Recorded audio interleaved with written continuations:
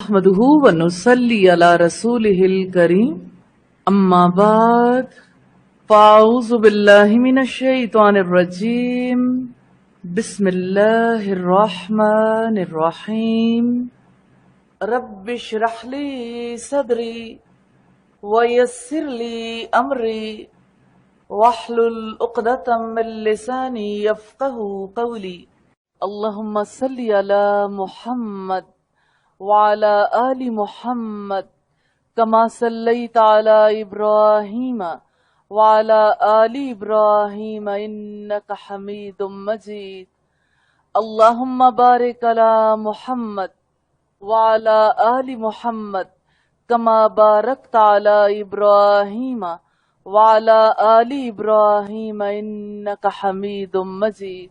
دین صرف احادیث رسول میں ہے۔ حدیث آخرت کا ارادہ رکھنے والوں کے لیے آخرت کی خیر ہے۔ حضرت ابراہیم بن ادھم کہتے ہیں، میرے والد نے مجھ سے فرمایا کہ بیٹا تم حدیث سیکھو اور یاد کرو، ایک ایک حدیث کے یاد کرنے پر ایک ایک درہم انعام دوں گا۔ چنانچہ میں نے اسی طرح احادیث یاد کی۔ امام ابن مبارک سے پوچھا جاتا تھا کب تک حدیث لکھتے رہیں گے؟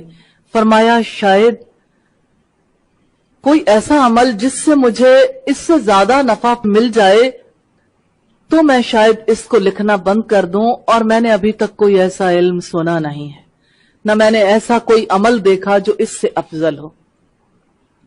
امام احمد بن حنبل سے سوال ہوتا ہے کہ آدمی کب تک حدیث لکھتا رہے؟ فرمایا مرتے دم تک۔ آپ فرمایا کرتے تھے کہ میں تو قبر میں جانے تک طالب علم ہی رہوں گا۔ حسن بصری سے سوال کیا گیا کیا 80 برس کا آدمی بھی حدیث لکھے؟ تو انہوں نے فرمایا جب تک اس کی زندگی اچھی ہے تو ضرور لکھے۔ اور حدیث سننے والوں کے لیے بہت بڑی خوشخبریاں ہیں۔ نبوت تو اللہ کے اختیار سے، اللہ کے انتخاب سے ملتی ہے، البتہ خوشخبریاں باقی ہیں، نیک خواب ہیں جنہیں کسی مسلمان کو دکھایا جائے تو یہ نیک خواب نبوت کا 46واں حصہ ہے۔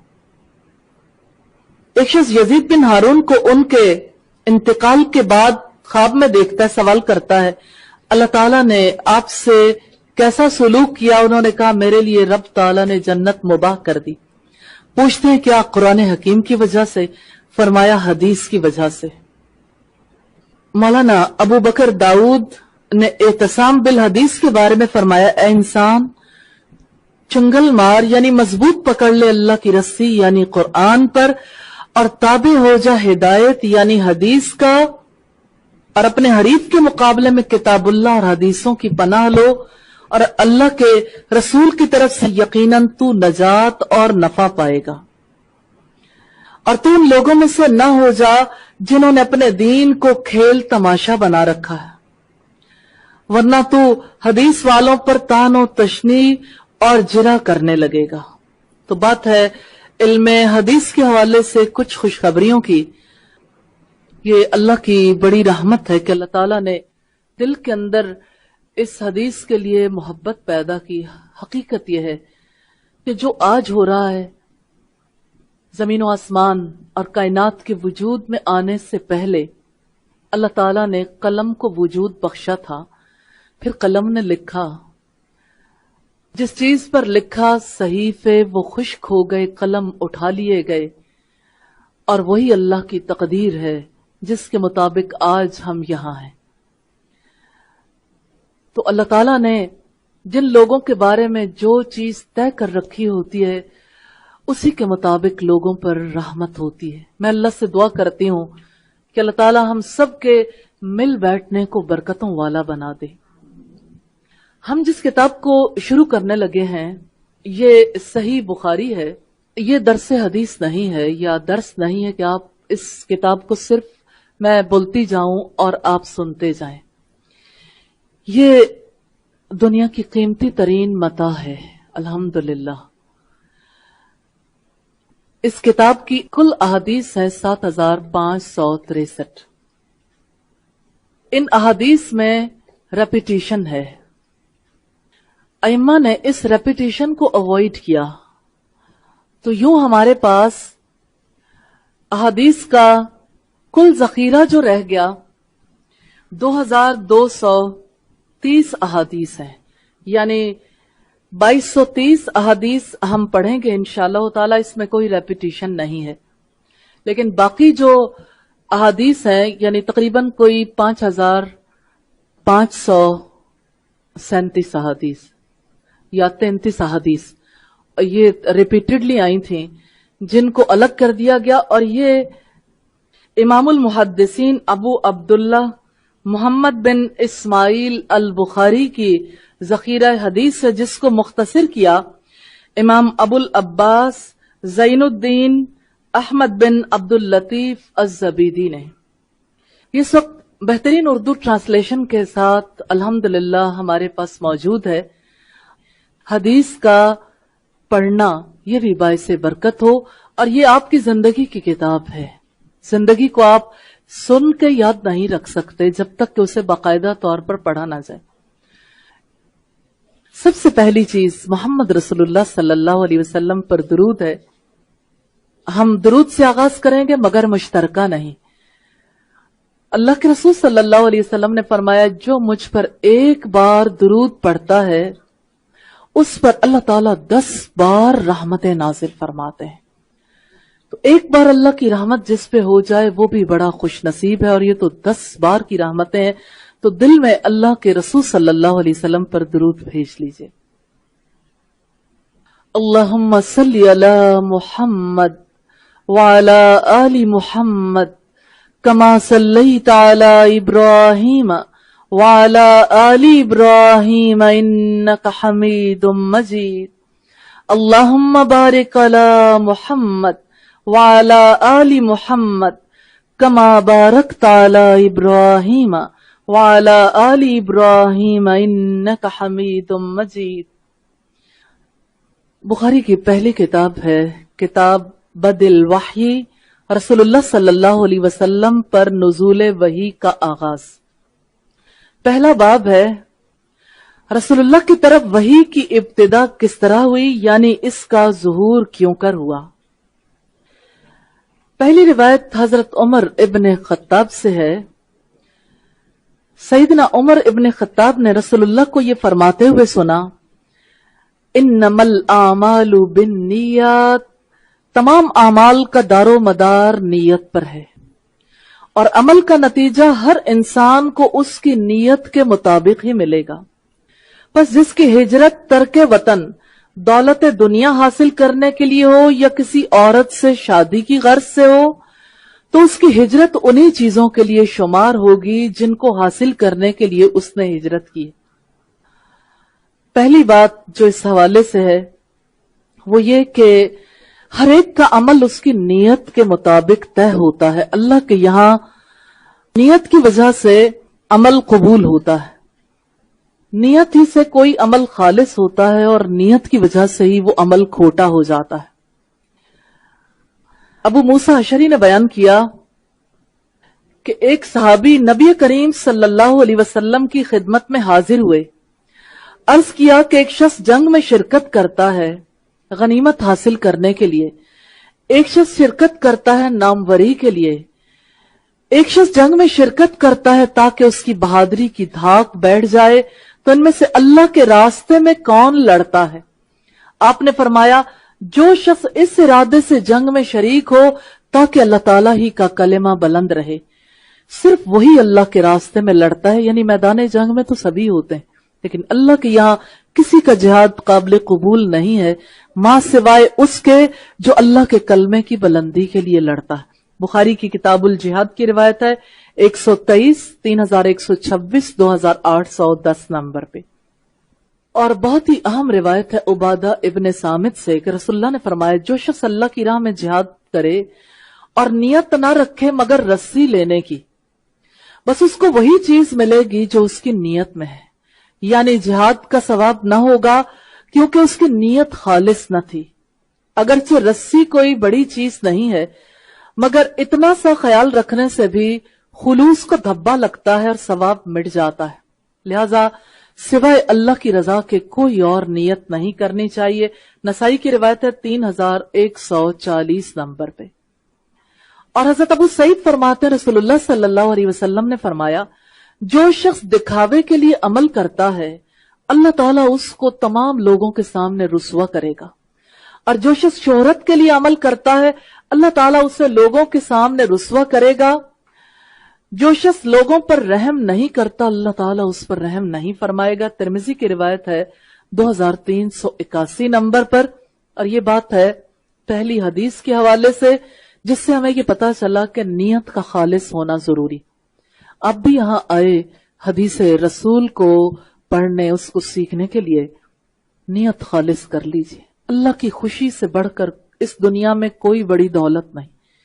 انسان جو محنت کرتا ہے محنت کا اجر تبھی ملتا ہے جب ایک کام اللہ کے لیے خالص، اور یہ یاد رکھیے گا کہ نیت کا تعلق ایک بار کے عمل سے نہیں۔ مثلا آج کے لیے آپ نے نیت کی، یہ ہمیشہ کے لیے کافی نہیں ہو جائے گی۔ ہر بار جب آپ گھر سے نکلیں تو اللہ کی خوشی کی نیت سے نکلیں۔ جب آپ اللہ کی رضا کی نیت کریں گے تو انشاءاللہ تعالی آپ کا آنا، جتنی دور سے آپ چل کے آئیں گے، اپنی گاڑی پہ آئیں گے یا کسی اور وسیلے سے آئیں گے، تو یہ سارا راستہ جو ہے آپ کے لیے گواہ بن جائے گا، اور پڑھنے اور پڑھانے والوں کے لیے کتنی بڑی خوشخبری ہے کہ ان کے لیے سمندر کی مچھلیاں اور زمین کے اندر کی چونٹیاں تک اس وقت تک دعائیں کرتی ہیں جب تک کہ واپس نہیں پلٹ آتے۔ دوسری حدیث ہے وحی کے آغاز کے حوالے سے، ام المؤمنین عائشہ صدیقہ سے روایت ہے کہ رسول اللہ صلی اللہ علیہ وسلم نے فرمایا، حارث بن ہشام نے سوال کیا تھا رسول اللہ سے کہ اللہ کے رسول آپ پر وحی کس طرح آتی ہے؟ تو رسول اللہ نے فرمایا کبھی تو میرے پاس گھنٹی کی طرح آواز آتی ہے، اور نزول وحی کی تمام حالتوں میں یہ حالت مجھ پر زیادہ دشوار ہے، پھر یہ حالت مجھ سے دور ہو جاتی ہے اس حال میں کہ فرشتے نے جو کچھ کہا میں اس سے اخذ کر چکا ہوتا ہوں، اور کبھی فرشتہ میرے سامنے آدمی کی صورت میں آتا ہے اور مجھ سے کلام کرتا ہے تو جو کچھ وہ کہتا ہے اس کو میں حفظ کر لیتا ہوں۔ ام المومنین عائشہ کہتی ہیں کہ بے شک میں نے سخت سردی والے دن آپ پر وحی اترتے ہوئے دیکھی ہے، اور سلسلہ منقطع ہونے پر دیکھا کہ اس وقت آپ کی مقدس پیشانی سے پسینہ بہنے لگتا تھا۔ تو اس میں کیفیات وحی کا تذکرہ ہے۔ پہلی چیز جس کی طرف توجہ کرنے کی ضرورت ہے، وحی کسے کہتے ہیں؟ عربی زبان کا لفظ ہے، لغت میں اس کے معنی ہے جلدی سے کوئی اشارہ کرنا،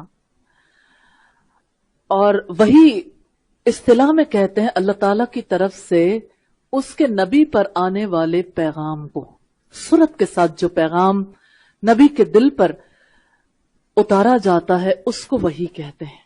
وحی کی بہت ساری اقسام ہیں۔ وحی قلبی، ایک دل کے اندر کوئی بات اتار دی جاتی ہے، پھر اللہ تعالیٰ کا براہ راست کلام، اور پھر فرشتے کے ذریعے سے آنے والی وحی۔ سورہ شورى کی آیت نمبر 51 ہے، وَمَا كَانَ لِبَشَرٍ أَن يُكَلِّمَهُ اللَّهُ إِلَّا وَحْيًا، کسی انسان کی یہ طاقت نہیں کہ اللہ تعالیٰ اس سے کلام کرے مگر وحی سے یا پردے کے پیچھے سے، یا کوئی پیغمبر وہ بھیجتا ہے پھر وہ اس کے حکم سے جو چاہتا ہے وحی کرتا ہے۔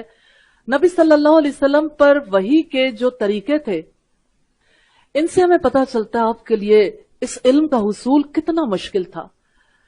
حضرت عائشہ فرماتی ہیں جب رسول اللہ پر وحی نازل ہوتی تھی آپ کا سانس رکنے لگتا تھا، چہرہ متغیر ہونے لگتا تھا، کھجور کی شاخ کی طرح زرد پڑ جاتا تھا، سامنے کے دانت سردی سے کپکپانے لگتے تھے، آپ کو اتنا پسینہ آتا کہ اس کے قطرے موتیوں کی طرح ڈھلکنے لگتے تھے۔ الاتقان کی روایت ہے، یہ امام سیوطی کی کتاب۔ وحی کی کیفیت اتنی شدید ہوتی تھی، بعض اوقات آپ کسی سواری پر ہوتے تو وہ سواری آپ کے بوجھ سے بیٹھ جاتی تھی۔ ایک مرتبہ آپ نے اپنا سر حضرت زید بن ثابت کے زانوں پہ رکھا ہوا تھا، اسی حالت میں وحی آنی شروع ہو گئی۔ حضرت زید کی ران پر اتنا بوجھ پڑا کہ انہیں لگا کہ شاید میری ہڈیاں سرما ہو جائیں گی۔ یہ زاد المعاد کی روایت ہے، ابن قیم کی کتاب ہے۔ مسند احمد کی ایک روایت ہے، اور یہ روایات اس لیے آپ کے سامنے رکھ رہی ہوں تاکہ یہ پتا چل جائے کہ محمد رسول اللہ نے ہماری خاطر کتنی مشقت اٹھائی، کہ اللہ تعالیٰ نے اپنا پیغام پہنچانا تھا، آپ پر کیا کیفیات گزری،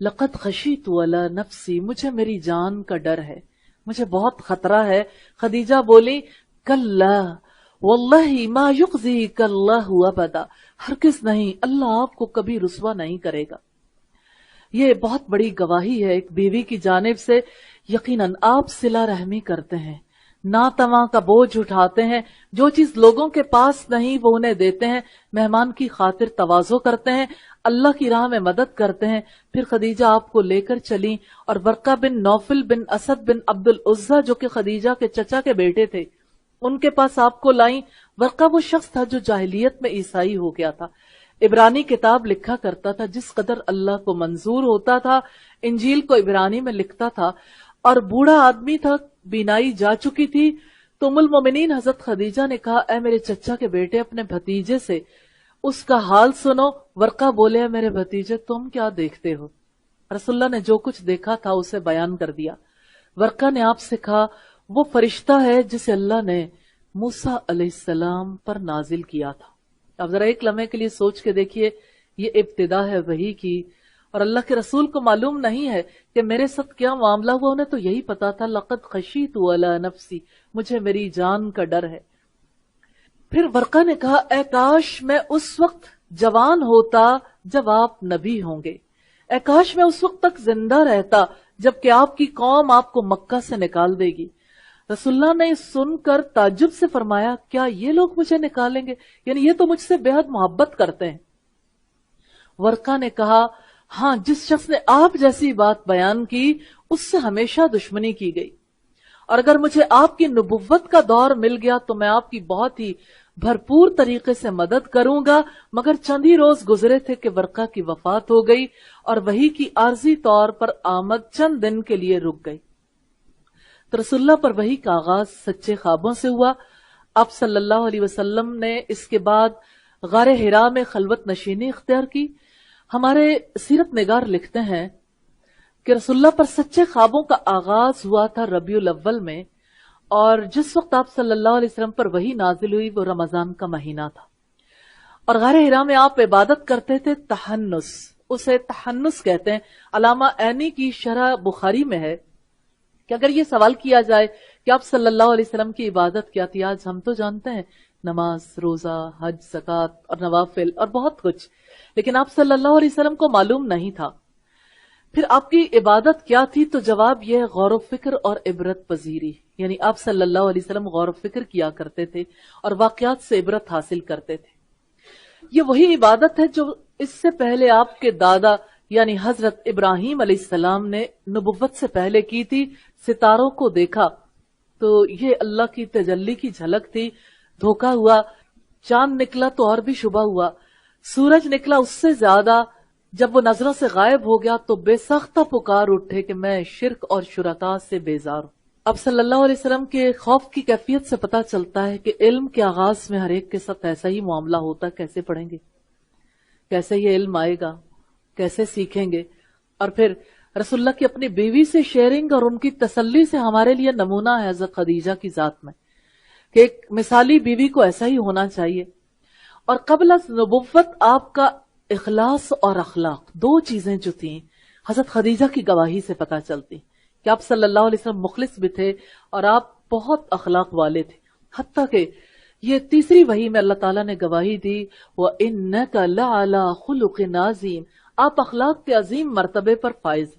آپ صلی اللہ علیہ وسلم جاہلی دور میں بھی مراسم شرک سے اجتناب کرتے تھے، اور آپ کنبہ پروری کرتے تھے، اہل خاندان کا بہت لحاظ کرتے تھے، بے کسوں کا بوجھ اٹھاتے تھے، خود کما کر دیتے تھے۔ مفلسوں کو کچھ دے دینا اپنے مال میں سے اور بات ہے، کما کر دینا، خاص طور پر ان کے لیے کمانا اور بات۔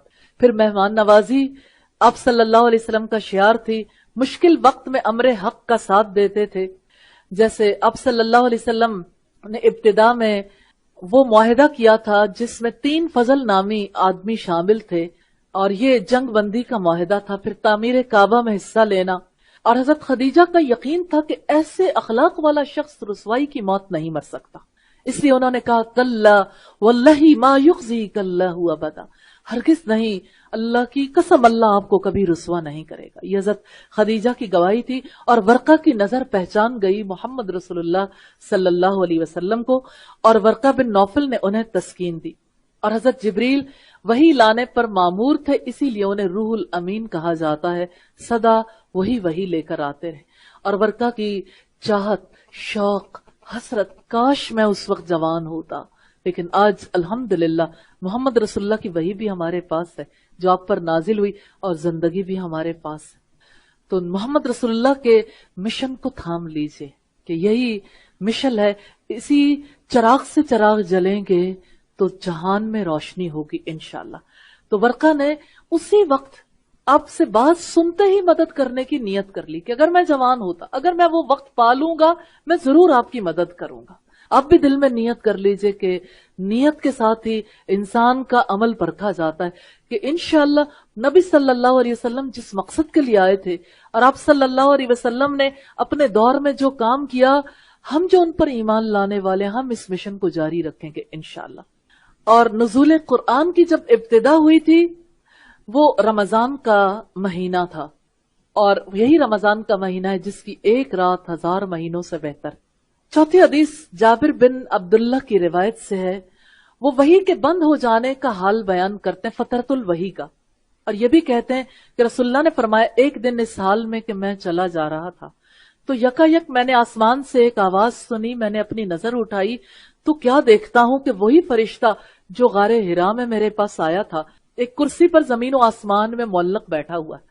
میں اس کے دیکھنے سے ڈر گیا، پھر لوٹ آیا تو میں نے گھر میں آ کر کہا مجھے کچھ اڑا دو، مجھے کچھ اڑا دو. پھر اسی موقع پر اللہ تعالیٰ نے یہ آیات نازل فرمائی، یا ایھا المدثر، اے اوڑھنے لپیٹنے والے، قم فانذر، اٹھو اور لوگوں کو عذاب الہی سے ڈرا دو. وَرَبَّكَ فَكَبِّرْ، اپنے رب کی بڑائی بیان کرو. وَثِيَابَكَ فَطَہِّرْ، اپنے کپڑوں کو پاک رکھو. وَالرُّجْزَ فَاہْجُرْ، اور بتوں کی پرستش کو چھوڑ دو. یعنی آپ صلی اللہ علیہ وسلم تو یہ پرستش نہیں کرتے تھے، یعنی ہر طرح کی گندگی سے آپ کو اجتناب، کنارہ کشی اختیار کرنے کے لیے کہا گیا. یہ سورہ المدثر کی آیت نمبر 1 سے 5. تو فترۃ الوحی کا بیان ہے اس میں. اس کے دوران رسول اللہ کی کیفیت کیسی تھی؟ ایک طرف وحی آئی، پہلی وحی، پھر سلسلہ کٹ گیا، اب وحی نہیں آتی تھی. رسول اللہ ان دنوں کیا کرتے تھے؟ رسول اللہ کو اس وجہ سے اتنا غم تھا کہ آپ نے کئی مرتبہ پہاڑ کی بلند چوٹی سے اپنے آپ کو گرا دینا چاہا. اوپر چلے جاتے تھے اور چاہتے تھے کہ میں نیچے گرا دوں، لیکن جب بھی آپ کسی پہاڑ کی چوٹی پر چڑھے تاکہ آپ اپنے آپ کو اوپر سے گرا دیں تو جبریل آپ کے سامنے آ گئے اور کہا کہ اے محمد صلی اللہ علیہ وسلم، آپ یقیناً اللہ کے رسول ہیں. اس سے آپ کو سکون ہوتا، آپ واپس آ جاتے. لیکن جب وہی زیادہ دنوں تک رکی رہی تو آپ نے ایک مرتبہ اور ایسا ارادہ کیا، لیکن جب پہاڑ کی چوٹی پر چڑھے تو حضرت جبریل سامنے آئے اور اسی طرح کی بات پھر کہی. صحیح بخاری کی روایت ہے 6982 نمبر پر. رسول اللہ صلی اللہ علیہ وسلم پر طاری ہونے والا خوف یہ پہلی وحی ہے. اور معراج کے موقع پر آپ صلی اللہ علیہ وسلم اس وقت تک کتنے زیادہ سٹرونگ نروز کے ہو چکے تھے. جب آسمانوں پر گئے تو اللہ تعالیٰ نے تعریف کی، ما زاغ البصر، نگاہ نہ چوندھیائی، نہ اپنی حد سے متجاوز ہوئی. یعنی اللہ کے رسول صلی اللہ علیہ وسلم نے پرواہ نہیں کی تجلیات کی، جنت کی رونقوں کی، آسمان کی مخلوقات کی، کسی چیز کی آپ کو پرواہ نہیں تھی، صرف اپنے رب سے ملاقات کی پرواہ تھی. یہ دوسری وحی ہے. وحی ہمیشہ مشن لے کر آتی ہے، اور اس وحی میں انڈیکیشن ہے کہ اب آرام کا وقت ختم ہو گیا. وحی کے طالب علموں کے لیے رب کا حکم ہے، اٹھو اور لوگوں کو ڈرا دو، رب کی بڑائی بیان کرو، اپنے کپڑے پاک رکھو اور گندگی سے دور رہو. پھر اس کے بعد روایت میں آتا ہے کہ وحی میں تیزی آ گئی، یہ رب کی رحمت. سبحانک اللہم و بحمدک، نشہد ان لا الہ الا انت، نستغفرک و نتوب الیک. السلام علیکم ورحمۃ اللہ وبرکاتہ.